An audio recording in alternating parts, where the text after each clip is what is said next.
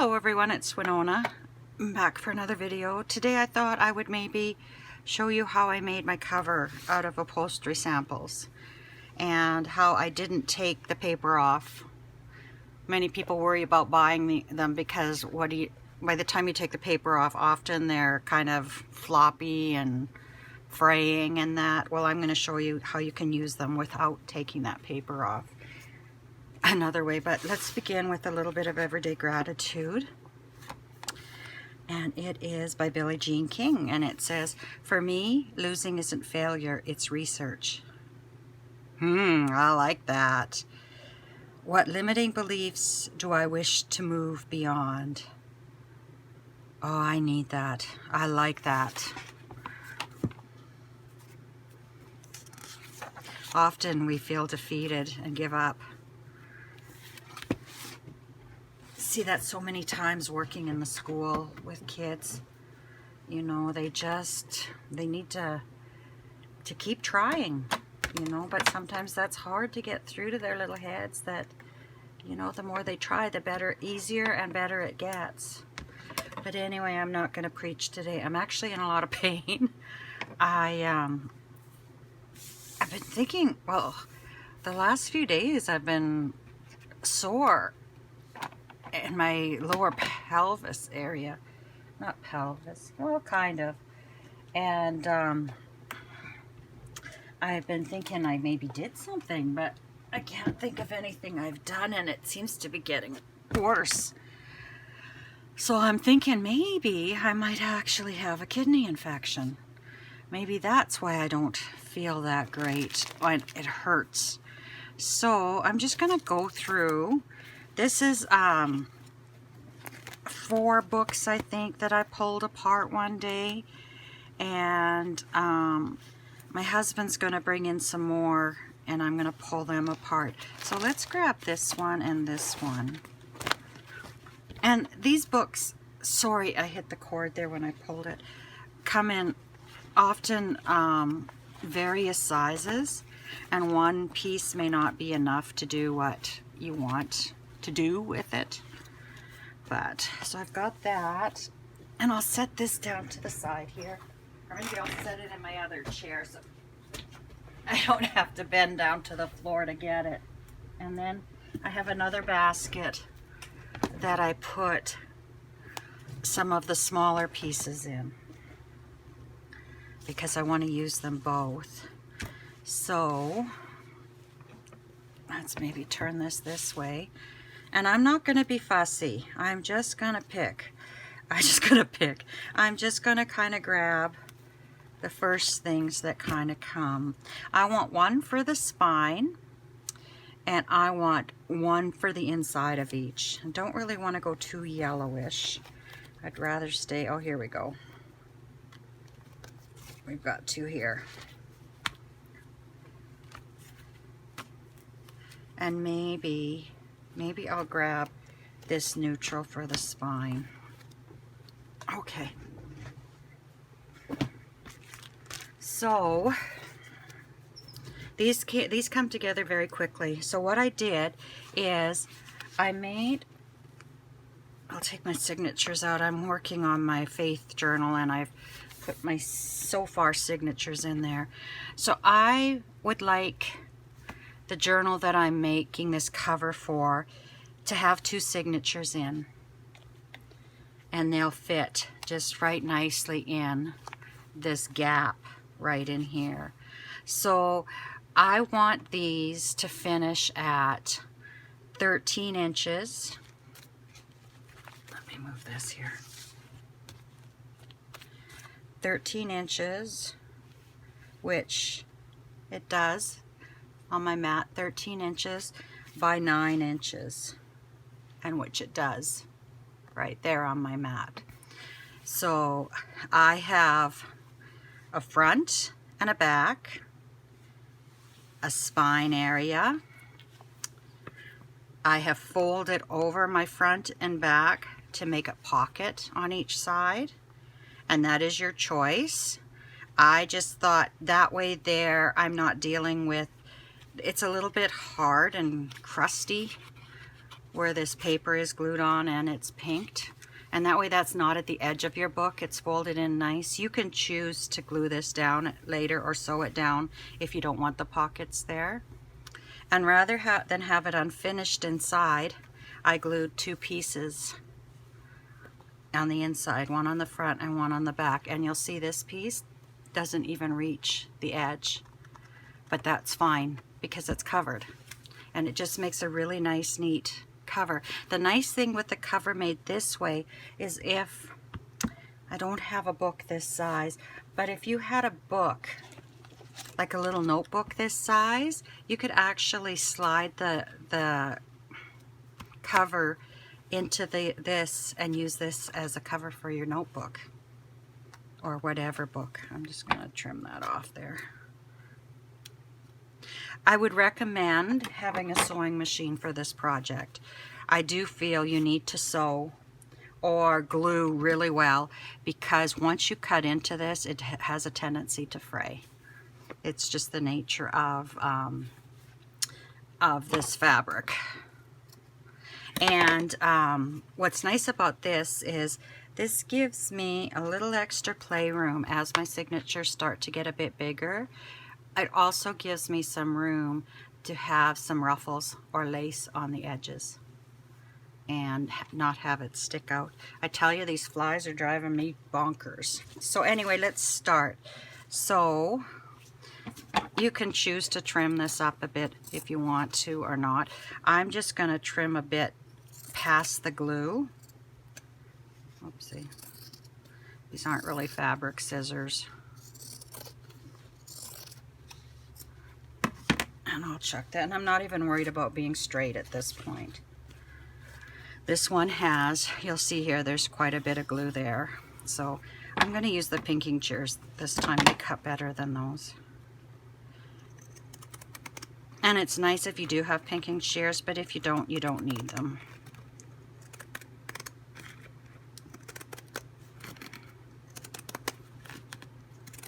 There we go. And this is, I'm going to chuck it. So I want to put these together. And when I just put them together like this, they're quite large. So what I can do is it gives me the opportunity to fold this in. And I just kind of, by guess and by golly, did a fold. And then I just burnish it with my bone folder. And then this side as well. And I guess we should decide which side.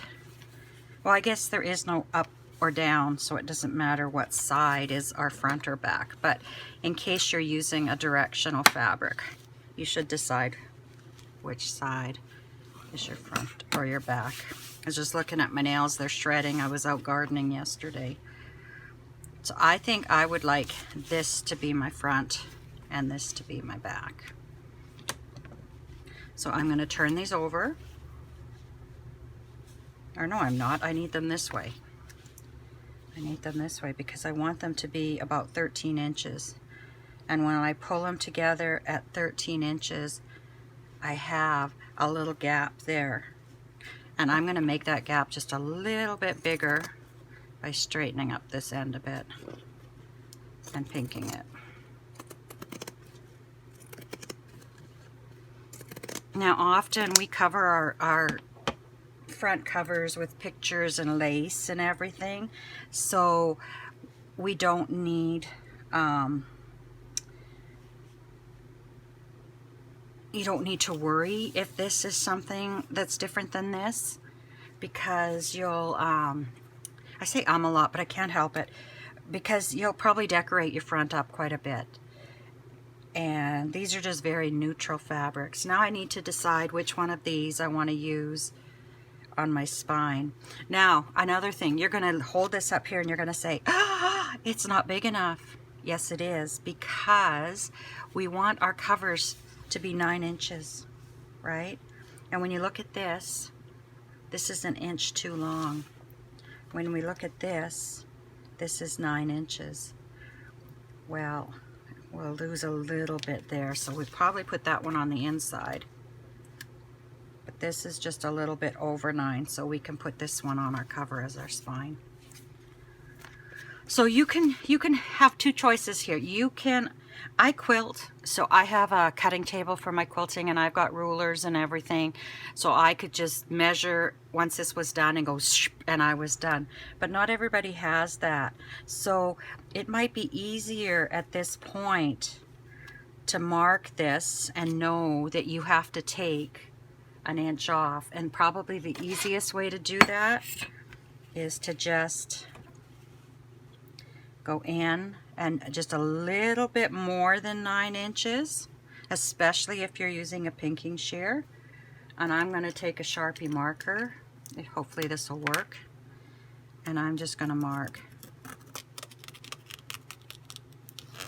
9 inches there. And then I'll take my pinking shears, and I'm just going to kind of cut just on the little bit on the inside of that line I just made, and that's why I made the line a little bit bigger than 9 inches.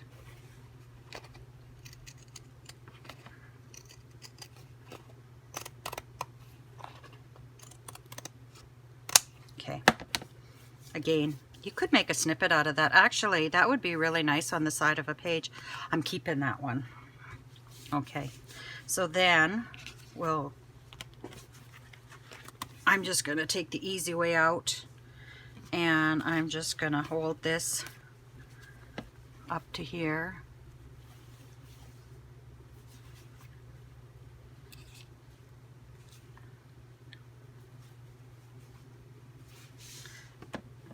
And I'm just going to quickly cut. Well, that's not going to work. I know that right now. I'm not going to be able to do that. So this time I'll go to the edge of the pink.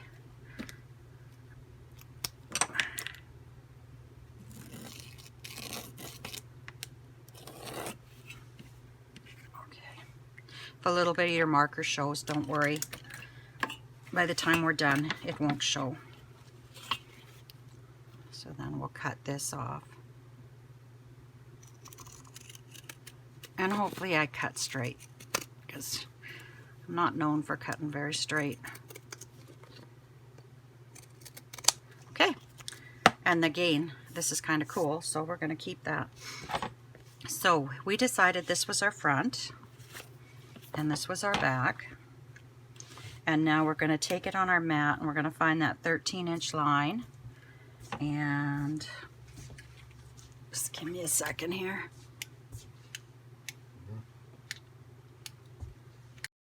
Sorry about that. Had a little bit of an interruption. You know, I wish I have this clicker thing so it can easily turn my phone off and on, supposedly, so that I don't have to get up, and because I literally would have to take my phone off the stand in order to turn it off. But half the time it takes me about 10 clicks to get it to work. And some days I remember to kind of go back and kind of edit that out at the end, but most days I forget. So you'll hear that click, click, click, click, click, click. Okay, anyway, so we've got this, and I've lined one side up at 0 on my mat. And I think most of us have a mat with lines or grids on. If you don't, you'd have to draw a rectangle the size you want it as your grid. And I said I was going to use this one as the middle.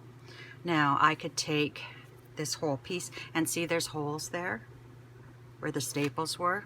Doesn't matter.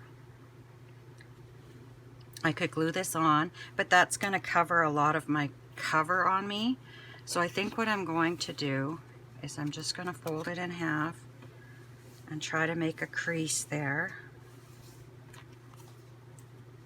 And I think that side's glued pretty good. I think I'll just cut with the pinkers. You can get these at Walmart, Hobby Lobby, Fabricland in Canada. Most, maybe Joann's might have them in the States. Okay, I'm going to trim this just a little bit. And oh, that's okay. That's serged on that side. So I think I'll just put it on this way. And you guessed it, we're using Fabri-Tac. Or my newest thing is this Beacon foam and poster adhesive from Dollar Tree.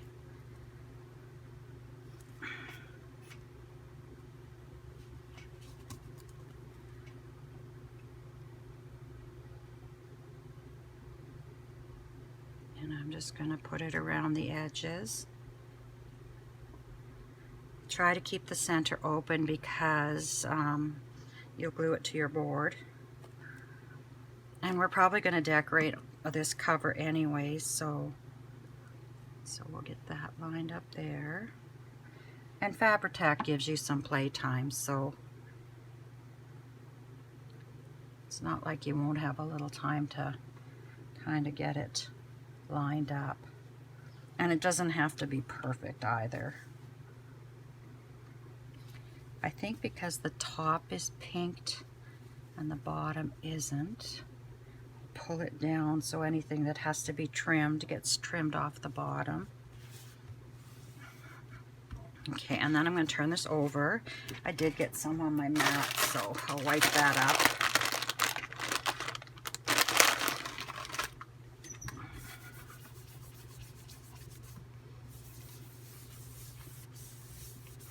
Okay. And then I'm going to take these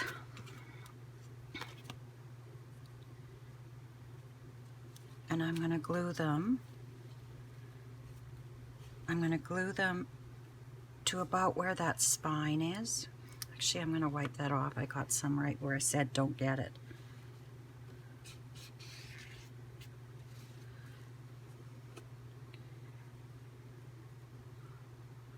Depending on how thick you think you're going to need your spine, you may want to glue them a little bit back so you're not going through all 3 layers.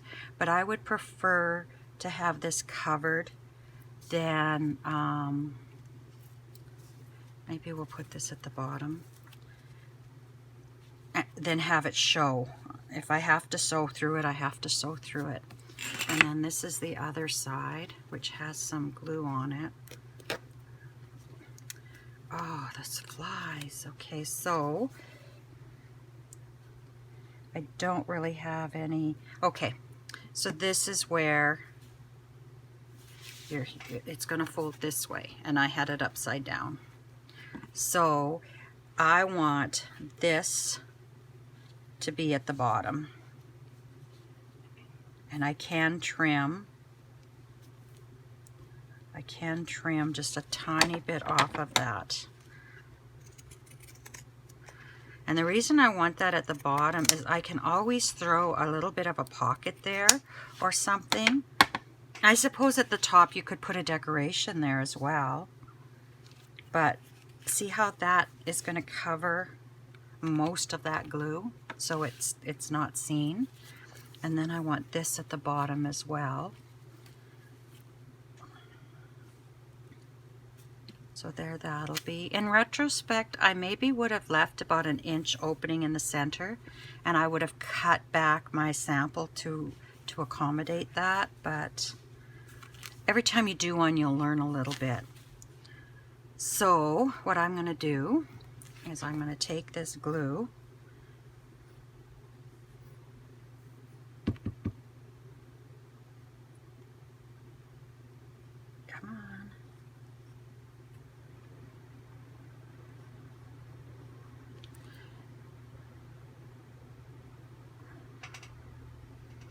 I just do not have strength in my hands anymore.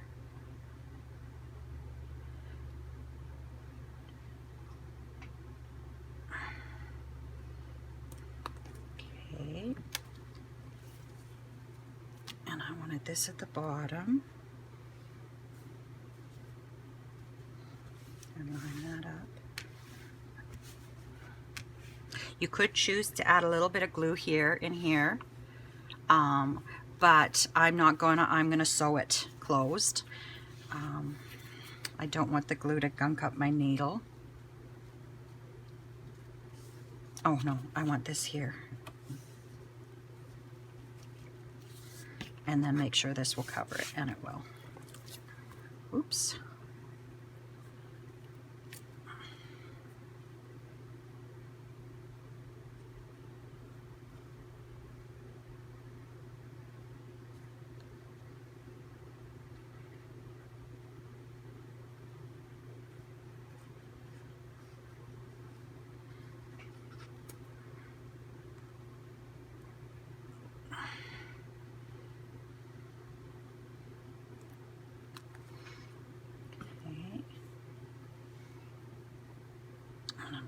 Right against there. I have a bit of trimming to do on the spine.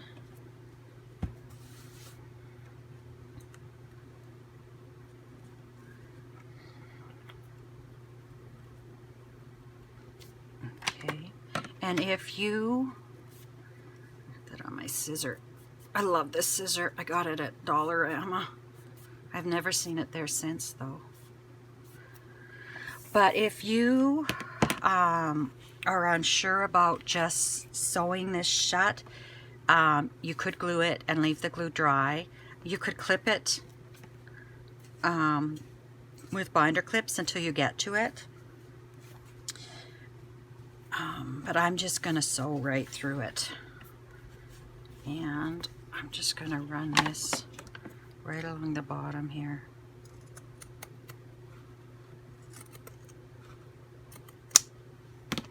Now when you're sewing, you could sew this down. And I just noticed when I put that piece on the front, I can see that through there. And I'm a little fussy and I don't want to see that. So I'm just going to go try on an angle here. That's where it's nice to trim it after you have glued everything, because then you'll cut a little bit off on all sides, and that'll all be taken care of. But anyway, there's our cover. I need to wait for it to dry. Yeah, I don't like that I can see that. Oh.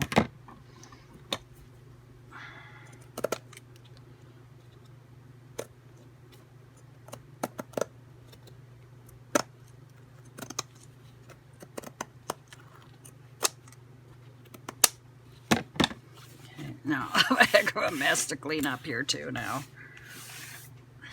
But anyway, my husband is supposed to be bringing me in some more sample books that I can take apart. And my plan is, if Canada Post isn't too expensive, is to maybe do like up a 5-pound box, excuse me, and you know, sell, or however many samples, pounds of samples I can ship for no more than $20. And then I will just ask for a minimal amount for them, and realizing that the shipping will bring the price up quite a bit higher than what I'm asking to get them to you. And if you're interested in them, it's a great way to get them, and most of them are fairly neutral. They'll just be a variety pack. Some of them may have a bit of color in them, but I do believe most of the samples are fairly neutral. This is from very high quality, what am I saying? Upholstery. My aunt had a very high quality furniture store, and the samples are new, fairly new, only a few years old, because these were the samples that were in the store when she closed her store, when she retired. So you know, they're not like they've sat for 10 years and are all musty and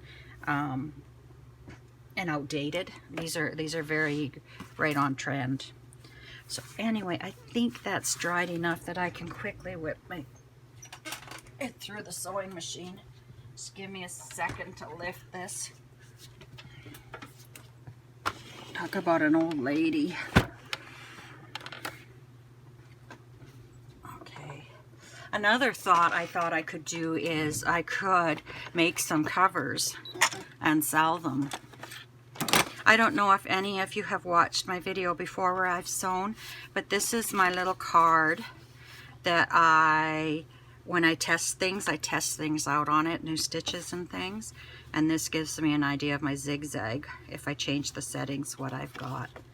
And I would recommend sewing a zigzag through this.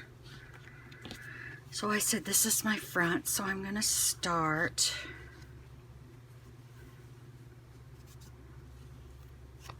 I'm going to start at the back down here, and I'm just going to do a zigzag. I'll maybe start in a little bit, fairly close to the edge, and then I'll go back first. Okay, and then I'll go forward. And you might have to push your machine a bit to get through these layers. I know I found it hung up a bit, depending too, like if you have an old machine, an old metal one, that thing will plow through almost anything. Some of the newer ones are a bit more finicky.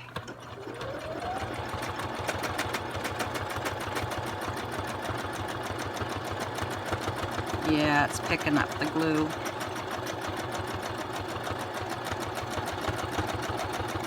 Okay, here's where I'm going to have problems. Right now I'm right here where, and actually my needle was right off. So this machine is going to have a hard time adjusting from, especially if this is a wider stretch here, from this one layer to these 3 layers. Because there's 1, 2, and then the spine. So you might just have to give it a little bit of a push, or you may have to actually lift your presser foot up just the tiniest of a bit. Don't lift it up too much because it will cause your thread to nest.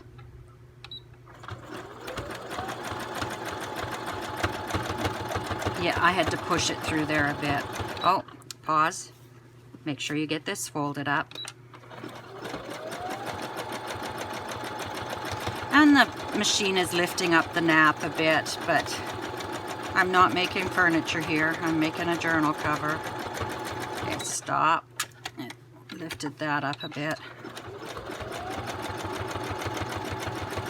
And remember, if you're having a little bit of a difficulty, you can always stop. And I'm going to get about maybe what do they call it? A 1/4 inch, but it's not a slight quarter. I can't think of what we call it in quilting. And I'm going to start with my zig. It goes zigzag, zigzag. I'm going to start with a zig. So I'm going to stop with the needle on this side up to the left, and then I'm going to go up the next side, and that just creates a nice little corner for you. And you could do this with decorative stitch, but I would suggest not doing that your first try, because you may be pushing this fabric through at times and your stitch may not turn out all that nice. Another thing that I've noticed going on here is it tends to want to catch the fabric and lift it to the side because I'm sewing so close to the edge. So you might have to stop every once in a while and just kind of realign it a bit. It's not a race. And I'm noticing these things, and I sew all the time, so I just thought I should mention them. Oops, need to slow down a bit. Okay, I just thought I should mention them because if I'm noticing them, if people only sew to junk journal, they'll be noticing these problems too.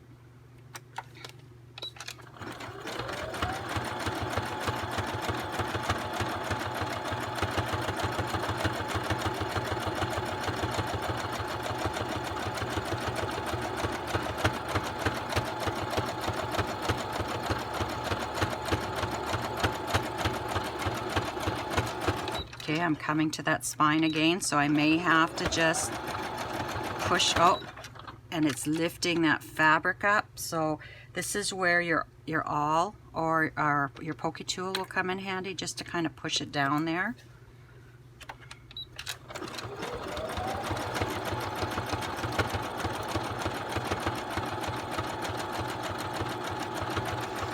Okay, so we know this is getting folded, right? And you might think that when you're way back here, you need to start worrying about that fold. Don't worry about that fold till you get closer to it. And that way there, it just makes it that much easier on yourself as you're sewing. As you get closer to it, you can worry and make sure you've got it folded properly, but not too far ahead of where you're at.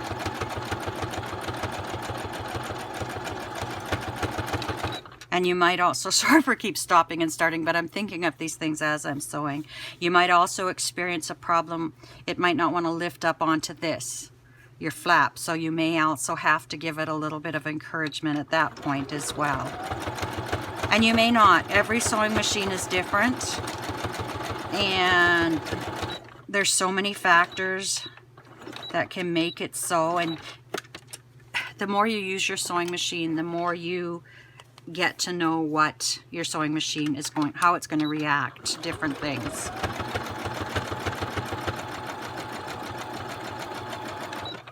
Okay, my thread is so fine I couldn't see that if it was threaded or not.